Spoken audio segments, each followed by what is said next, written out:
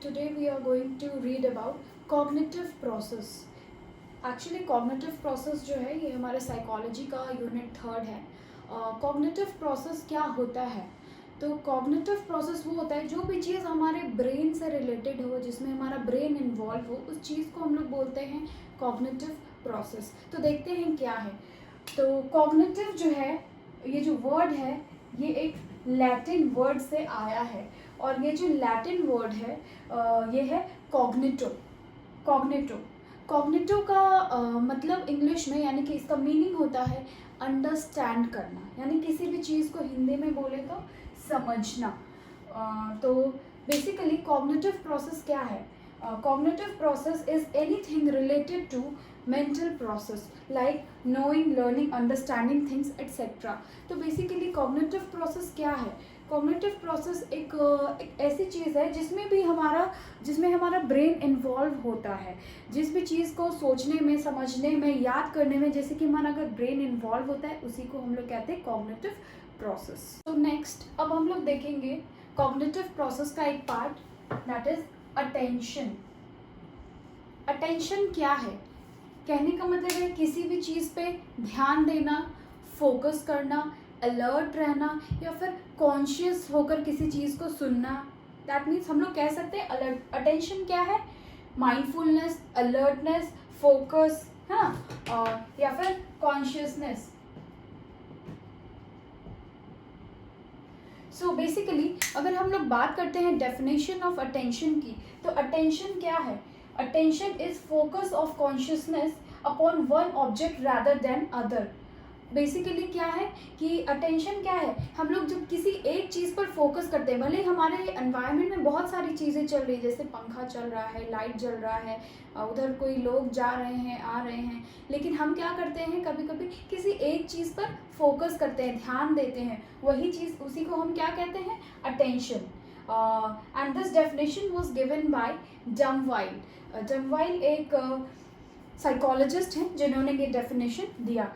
वैसे अटेंशन को हम लोग और भी कई अलग तरीके से डिफाइन कर सकते हैं. हम लोग कह सकते हैं attention is the act of directing mind to listen, see, understand.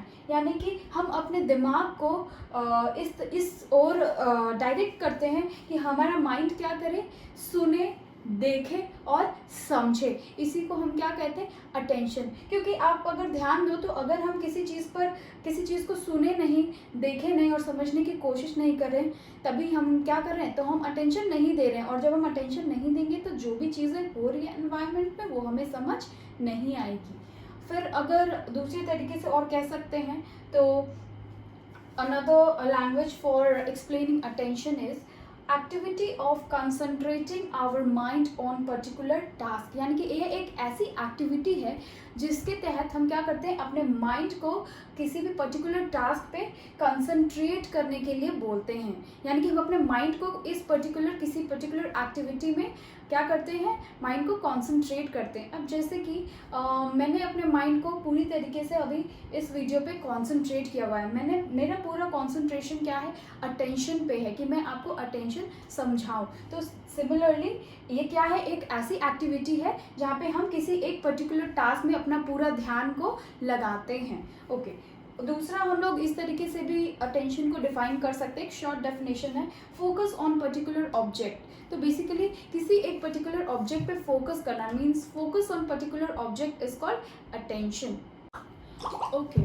So now next we will read about type of attention. कि अटेंशन आखिर कितने टाइप का है. तो देखते हैं. अटेंशन जो है दो टाइप का है, that is voluntary and second is involuntary. तो देखते हैं what is voluntary and what is involuntary. Voluntary को हम लोग वॉलेशनल अटेंशन के नाम से भी जानते हैं. Voluntary is also known as volitional attention. And what does this volitional attention means? It demands conscious effort. कहने का मतलब है कि ये वो अटेंशन है जो कि हम अपनी मर्जी से कहीं पे लाइक कॉन्शियसली जानबूझकर कहीं पे अगर हम अटेंशन कर रहे हैं या फिर अटेंशन दे रहे हैं. Okay. Second is it is under our control. Under our control कहने का मतलब, क्योंकि हम यहाँ पे ये जो अटेंशन है ये वैसा अटेंशन है जैसे कि हम किसी चीज़ पे जानबूझ करके कर रहे हैं। जैसे कि अब हमारे पास हमें होमवर्क मिला हुआ है, हम जानबूझ करके उस होमवर्क को करने में, कंप्लीट करने में हम उसको क्या कर रहे हैं, फोकस कर रहे हैं। तो हम जिस काम को करने के, कंप्लीट करने के लिए हम जानबूझ करके वहाँ पे अटेंशन दे रहे हैं। जैसे कि कोई भी प्रॉब्लम, मैथ्स का प्रॉब्लम सॉल्व कर रहे हैं, जान करके हम अपनी पूरी अटेंशन को क्या कर रहे हैं, उस मैथ्स प्रॉब्लम पे लगा रहे हैं, उसको सॉल्व करने में। So that is called voluntary attention और वॉयलेशनल अटेंशन। सो बेसिकली जो हमारा वॉयलेशनल अटेंशन है वो दो टाइप का है, that is implicit and explicit. Now what is implicit? Implicit is which requires single act of will। कहने का मतलब है कि ये वो अटेंशन है जो कि एक बार मैंने चाहा और मैंने उसको कंप्लीट किया और मैं फ्री हो गई। जैसे कि for example finish a homework and you are free. For example बच्चे को मैंने बोला कि तुम एक काम करो बेटा, आप ये होमवर्क कंप्लीट कर लो, फिर आप फ्री हो जाओगे, आप खेलने चले जाना। तो बच्चे ने क्या किया, एक बार में उस होमवर्क को कंप्लीट करने की कोशिश की, यानी कि एक सिंगल एक्ट लगा उसमें और उसने वो क्या हुआ, बच्चा फ्री हो गया। फिर उसी प्रकार next is explicit where it requires multiple acts of will. तो मल्टीपल एक्ट्स ऑफ विल यहाँ पे लग रहा है। जैसे कि अब इसका एग्जाम्पल है attention paid during exam to secure good marks. तो कहने का मतलब ये है कि अब मान लेते हैं कि किसी बच्चे का एग्ज़ाम है, तो वो बच्चा क्या करता है, 10 दिन तक लगातार मेहनत करता है ताकि वो अच्छे ग्रेड्स हासिल कर सके, या फिर वो साल भर भी क्या करता है, लगातार मेहनत करता है कि उसे अच्छे मार्क्स आएँ। तो इस पर्टिकुलर टाइप ऑफ वर्क को करने के लिए क्या हुआ, हमारा बहुत बार हमने कोशिश की उस पढ़ाई पे फोकस करने के लिए, which means it required multiple acts of will. यानी हमने बार बार कोशिश की कि नहीं, हमें अच्छा मार्क्स लाना है तो हमें बार बार इस चीज़ के लिए क्या करनी होगी, मेहनत करनी होगी। तो हमने क्या किया, मल्टीपल एक्ट्स ऑफ विल हमने यूज़ किया। Okay, so next is involuntary attention. Now what is involuntary attention? Involuntary attention क्या होता है, इसका दूसरा नाम है नॉन वॉयलेशनल अटेंशन। यानी कि ये वो अटेंशन है, it arouse without making conscious effort, not under our control. कहने का मतलब है कि ये वो अटेंशन है जो कि हमारे कंट्रोल के अंदर नहीं है। जैसे कि हम किसी चीज़ पे फोकस कर रहे हैं लेकिन हम अनजाने में जब किसी और चीज़ पर फोकस करने लग जाते हैं, उसी को हम कहते हैं इनवॉलेंट्री अटेंशन। अब जैसे कि ये हमारे कंट्रोल में नहीं। अब for example sounds, bright light, strong odours. For example आप किसी चीज़ बैठकर आप कोई काम कर रहे हैं और सडनली क्या होता है, आपको अचानक से बहुत ज़ोर से आवाज़ें आती हैं, तो आपका ध्यान अचानक से उस आवाज़ पे चला जाता है। वो आवाज़ क्या है, जो आवाज़ आपको बाहर से आ रही है वो क्या है, वो ऐसा स्टिमुलस है जो जानबूझकर आपका अटेंशन को क्या कर रहे हैं, डाइवर्ट कर रहे हैं। और आप अनजाने में नहीं चाह रहे हो बाहर फोकस करना, लेकिन आप अपने काम को छोड़कर बाहर उस साउंड पे फोकस करने लग जाते हो। वो क्या है, इनवॉलेंट्री अटेंशन। क्योंकि आप चाहते हो कि आप अपने काम पर फोकस करो, लेकिन न चाहते हुए भी क्या होता है, आप जो हो उस दूसरी चीज़ पे आप फोकस करने लग जा रहे हो, जैसे कि उस साउंड पर। तो इसी को हमने कहा इनवॉलेंट्री अटेंशन। तो बेसिकली वॉलेंट्री अटेंशन वो चीज़ है जो कि हम जानबूझकर किसी चीज़ पे अटेंशन देते हैं, और इनवॉलेंट्री अटेंशन वो है जो कि हम अनजाने में किसी चीज़ पर अगर ध्यान दे देते हैं। So this is the abbreviation if we want to remember कि वो क्या एक्सटर्नल फैक्टर्स हैं जिनकी वजह से हमारा अटेंशन जो है किसी चीज़ पर जाता है। तो that is M mind crills, MIND CRILS। M for movement of stimulus, I for intensity of stimulus, N for nature of stimulus, D for definite form of object, C for change, novelty and contrast, R for repetition of stimulus, I for isolation of stimulus, L for location of stimulus, S for size of stimulus. So now we will read factors favorable for capturing attention. यानी कि वो factors, वो गुण जिसके वजह से हम जो है किसी भी चीज़ पे अटेंशन ज़्यादा डालते हैं। तो देखते हैं वो क्या फैक्टर्स होंगे तो हम किसी चीज़ पर ज़्यादा हमारा ध्यान आकर्षित होगा। Okay, let's see. First is so today first we will read external factors. पहले हम देखेंगे वो बाहरी फैक्टर्स क्या हैं जिनकी वजह से हम किसी चीज़ की ओर ज़्यादा आकर्षित होते हैं। First is nature of stimulus.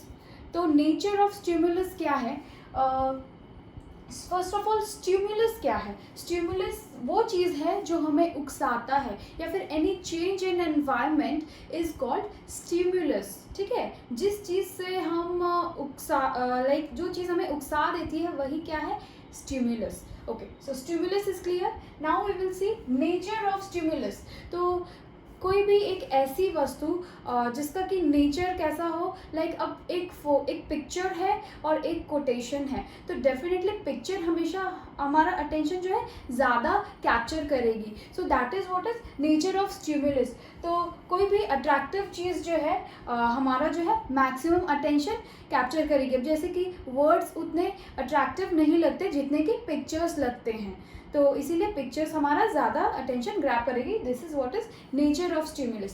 Second is intensity of stimulus, यानी कि कोई भी चीज़ जिसका कि इंटेंसिटी बहुत ज़्यादा होगा वो हमारा ध्यान जो है ज़्यादा ग्रैब करेगी। फॉर एग्जाम्पल ऐसे अ लाउड साउंड और a bright light.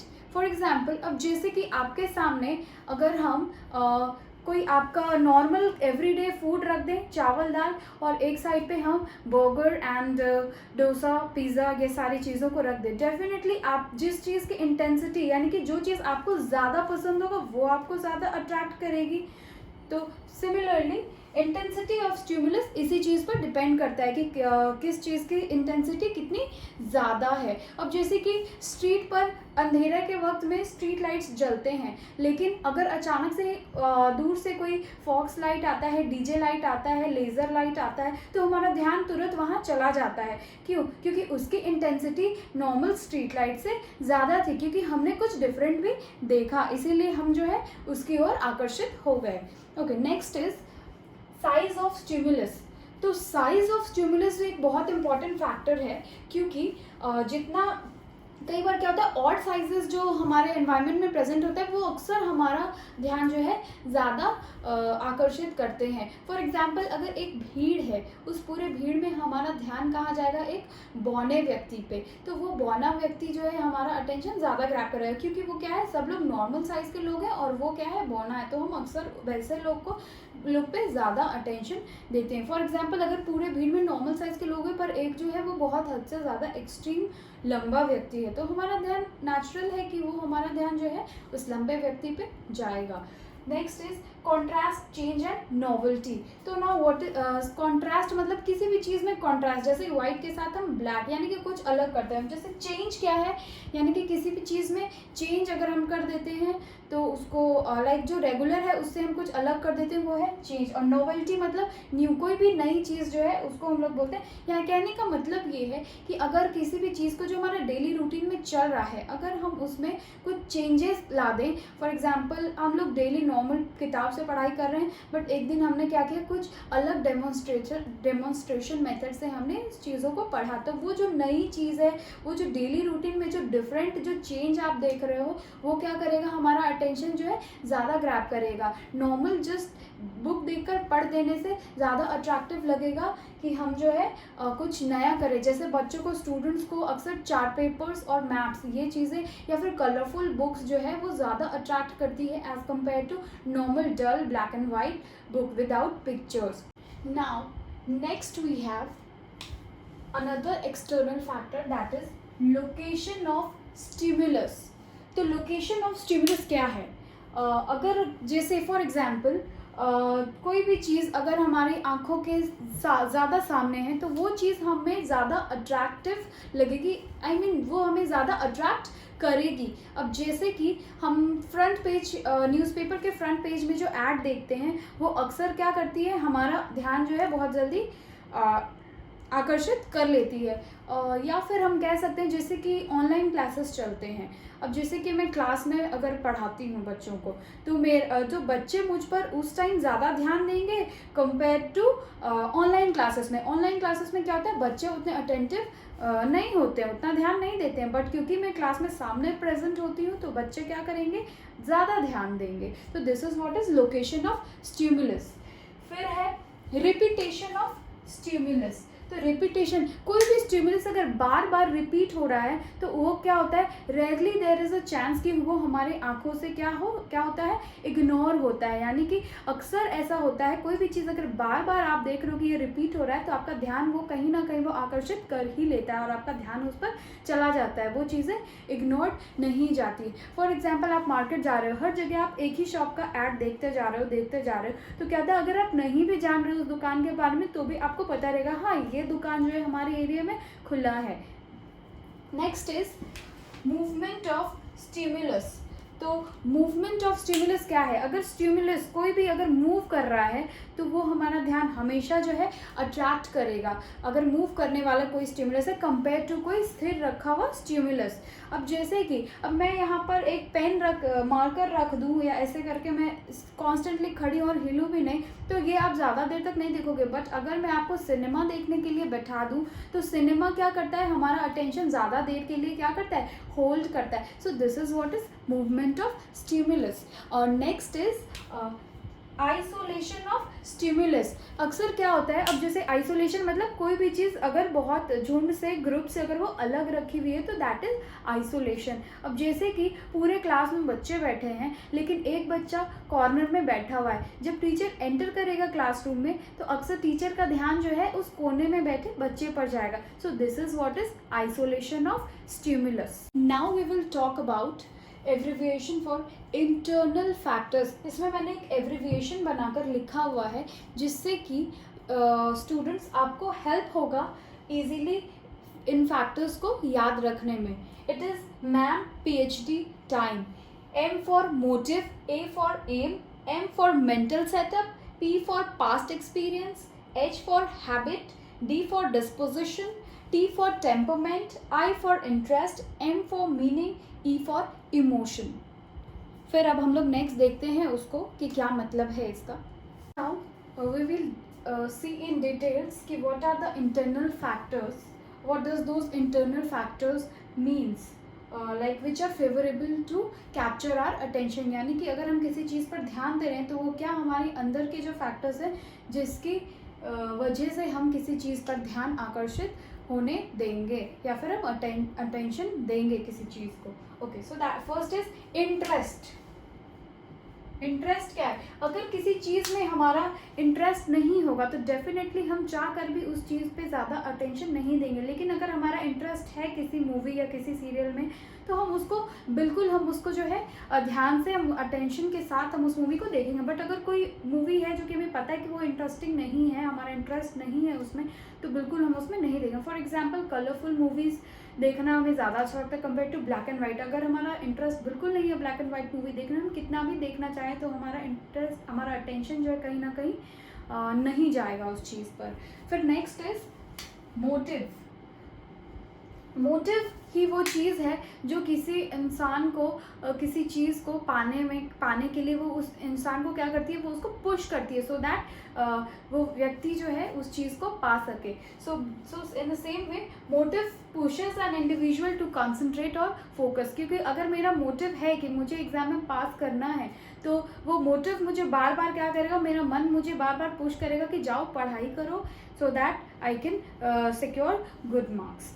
Next is mental setup. तो मेंटल सेटअप क्या है, हमारा जो माइंडसेट है ना, अगर हम अपने माइंडसेट इफ़ वी चेंज या फिर adapt our mindset that yes this is good for me, I have to learn this, so this will help me to give more attention to the particular object. अगर मेरा mindset है कि मुझे इस चीज़ पे ध्यान नहीं देना, ये मेरे लिए इम्पॉर्टेंट नहीं है, देन मैं उस चीज़ पे उतना अटेंशन नहीं दूंगी। तो किसी भी चीज़ को अगर करना है या करना चाहते हैं तो उसके लिए माइंड सेटअप बनाना भी बहुत ज़रूरी है। Next is emotion. इमोशन क्या है, मूड की वजह से भी मेनी टाइम्स इट हैपन्स कि हमारा जो अटेंशन है वो हम सही उस वक्त पे चीज़ों पे उतना अटेंशन नहीं दे सकते। अगर हम गुस्सा हैं तो हम इट हैपन्स कि हम जो है अटेंशन नहीं दे रहे हैं आउट ऑफ एंगर और out of anything else, out of jealousy. तो दीज फैक्टर्स कि अगर आप वो चीज़ को करना भी चाह रहे हैं बट जो आपका टेम्परमेंट है या फिर आपका जो माइंडसेट है, मूड है, वो आपको उस चीज़ पे अटेंशन नहीं देने दे रहा है। Next is aim. aim is a very important factor, very important internal factor. For example, if I want to pass an exam, so my aim is it is very clear that कि मुझे पास करना है वो exam. But अगर मैं उस चीज़ पे अगर मैं फोकस नहीं करूँ, लाइक मैं किताब ही ना खोलूँ, तो फिर ऐसे तो मैं पास नहीं कर पाऊँगी. सो इट इज़, अगर मेरे दिमाग में है कि मुझे ये एग्ज़ाम पास करना है, तो definitely I will open my text book and मैं अपनी किताबों पे अटेंशन दूंगी, अपनी किताबों को अटेंशन दूंगी ताकि मैं पास कर सकूँ. So now again we are looking to some other internal factors. They are, first is meaning. कोई भी ऐसी चीज़ जिसका कि कोई मीनिंग हो, उस चीज़ पे हमारा अटेंशन जो है ज़्यादा जाता है. कोई भी मीनिंगलेस चीज़ अगर होती है तो उस पर हमारा ध्यान बिल्कुल भी नहीं जाता है. जिस चीज़ का कोई अर्थ हो, अब जैसे कि मुझे पता है कि ये पढ़ाई करके मैं अच्छी जॉब पा सकती हूँ, तो डेफिनेटली मुझे इसका मीनिंग है कि अब मैं पढ़ाई करूँगी तो मुझे अच्छा जॉब मिलेगा, तो डेफिनेटली मेरा जो है अटेंशन जाएगा. और कई बार कुछ समझदार लोग होते हैं, लाइक पता है कि ये चीज़ करके कोई फ़ायदा नहीं है, तो लोग उस मीनिंगलेस चीज़ों को अटेंशन नहीं देना चाहते हैं. फिर नेक्स्ट इज़ टेम्परमेंट. टेम्परमेंट जो है, many a times it happens that bad temperament deviates us from focusing. Means not always bad temperaments are good. So bad temperament, many a times it deviates us from focusing. Next is habit. Habit means आदत. कई बार क्या होता है कि हम किसी चीज़ को लगातार रेगुलर रूप से करते जाते हैं, तो करते करते क्या होता है, वो हमारी आदत बन जाती है. अगर हम किसी चीज़ पे बार बार लगातार अगर ध्यान दे रहे हैं, तो क्या होता है कि हमारी आदत हो जाती है, उस चीज़ पे हमारी ध्यान चली जाती है, हमें वो चीज़ उतनी बोरिंग नहीं लगती, ये हमारी हैबिट बन जाती है कि हम उस चीज़ पे अटेंशन दें. Next is past experience. Past experience मतलब कि पिछला एक्सपीरियंस. कई बार क्या होता है कि हमारे लाइफ में एक ऐसे व्यक्ति होते हैं जिनसे कि अगर कभी हमने उनसे सलाह ली होगी किसी चीज़ के रिगार्डिंग, तो क्या होता है कि उन्होंने हमेशा हमें अच्छी सलाह दी है, और अगर ये बात हमें पता है कि उन्होंने हमें अच्छी सलाह दी है, तो अगली बार वो कुछ भी बात बोलेंगे तो हम उस चीज़ पे ज़रूर ध्यान देंगे. So this is what that from past we know that particular person is sincere to us, so we will give him और her more attention.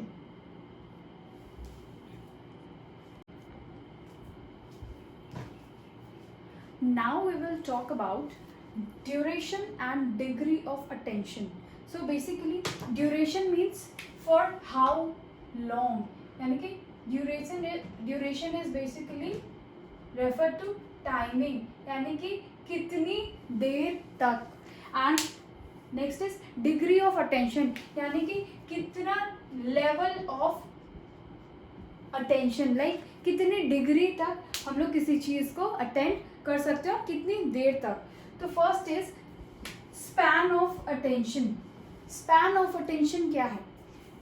The maximum amount of material that can be attended in one period of time. कहने का मतलब है एक झलक में हम जितनी मैक्सिमम चीज़ों को देख सकते हैं उसी को हम क्या कहते हैं? Span of attention.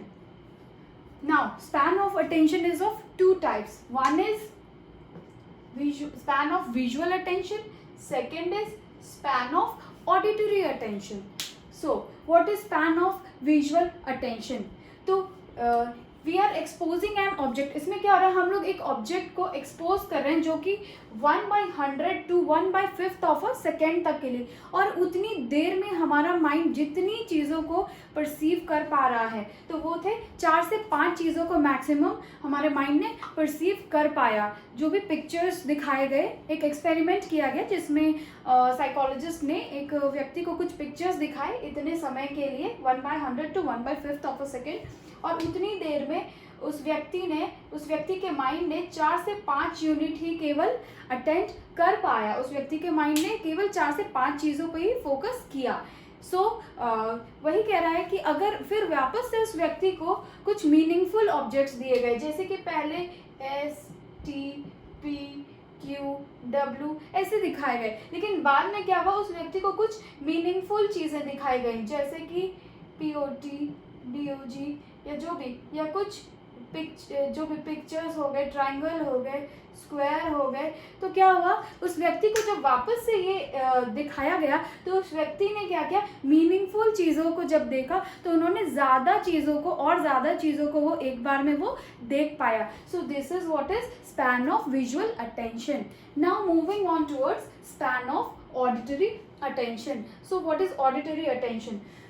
लाइक एक व्यक्ति को साइकोलॉजिस्ट ने फिर से एक्सपेरिमेंट किया जिसमें कि एक व्यक्ति को जो है एक पल के लिए कुछ साउंड सुनाए गए और उस व्यक्ति ने तकरीबन 8 साउंड्स को परसीव किया. 8 sounds was perceived. But later उन्होंने एक्सपेरिमेंट में पाया कि जब उसी साउंड को उन्होंने रिदम में एक व्यक्ति को सुनाया तो उस व्यक्ति ने उससे भी कहीं ज़्यादा परसीव किया. तो basically we can say that कोई भी चीज़ अगर मीनिंगफुल हो, अगर मीनिंगफुल रहती है तो चाहे वो पिक्चर हो या फिर हमारा ऑडियो हो, तो मीनिंगफुल पिक्चर या ऑडियो जो है हम एक झलक में लिमिटेड से भी ज़्यादा चीज़ों को हम लोग ध्यान दे पाते हैं. So this is what is span of attention. So now we will read about duration of attention. So what is duration of attention? कहने का मतलब है किसी चीज़ को जब हम बहुत देर तक बिना किसी ब्रेक के, बिना किसी रुकावट के जब हम देखते हैं तो उसी को हम कहते हैं duration of attention. So we can also tell it how long an object can be attended without a break. यानी बिना रुके हम किसी ऑब्जेक्ट को बहुत लंबे समय तक देख सकते हैं. वो कितने देर तक देख सकते हैं, वही क्या है, duration of attention. It also depends, ये उस पर भी डिपेंड करता है कि नेचर मटीरियल जो चीज़ को हम देख रहे हैं वो कैसा है, नेचर में इंटरेस्टिंग चीज़ है या फिर इंटरेस्टिंग चीज़ नहीं है. डेफिनेटली जो इंटरेस्टिंग चीज़ होगी उस चीज़ को हम ज़्यादा देर तक देख पाएंगे. जैसे कि कोई मूवी है, उसको हम ज़्यादा देर तक बिना माइंड को डाइवर्ट किए हम देख सकते हैं. लेकिन अगर कोई टेक्स्ट बुक है तो अगर हमारा इंटरेस्ट नहीं है उस टेक्स्ट बुक में तो उसको हम ज़्यादा देर तक उस बुक को हम अटेंशन नहीं दे पाएंगे.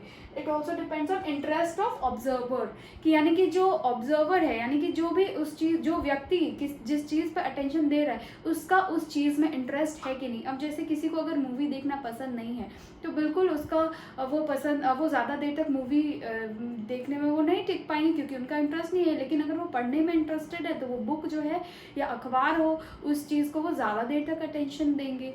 फिर नेक्स्ट इज सस्टेन्ड अटेंशन. कहने का मतलब कि सस्टेन्ड अटेंशन क्या होता है? An individual always remains on track and activity proceeds without serious distraction.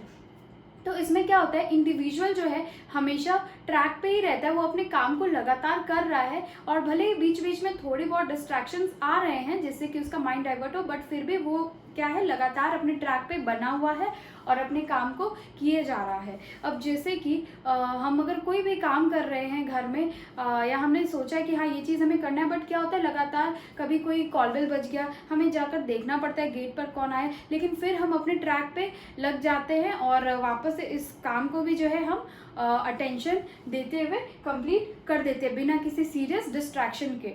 So this is called sustained attention.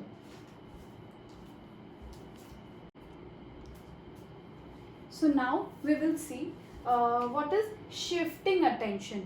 Shifting attention, attention constantly shifts from one object to another. Like हमारा जो attention है ये एक ऐसी चीज़ है जो कि कई बार ऐसा ना चाहते हुए भी क्या होता है, कहीं ना कहीं ये बीच में डाइवर्ट होके एक ऑब्जेक्ट से दूसरे ऑब्जेक्ट पर चली ही जाती है.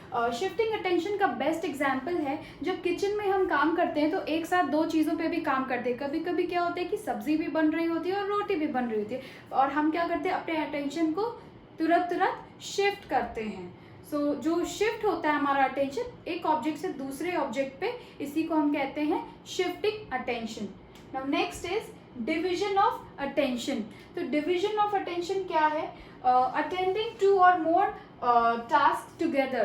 कहने का मतलब है जब हम किसी एक साथ जब हम कोई दो कार्य कर रहे होते हैं, लाइक दो टास्क कर रहे होते हैं, इसको हम कहते हैं डिविजन ऑफ अटेंशन. और ऐसे में क्या होता है कि जो हमारा एक टास्क है, दोनों में से कोई एक टास्क है उस पर हम ज़्यादा ध्यान देते हैं और दूसरे पे कम. फॉर एग्जाम्पल जैसे कि हम मूवी देखते हैं और साथ में खाते भी हैं तो हमारा ध्यान जो है वो ज़्यादा मूवी की तरफ होता है कंपेयर टू कि हम क्या खा रहे हैं. So this is what is division of attention.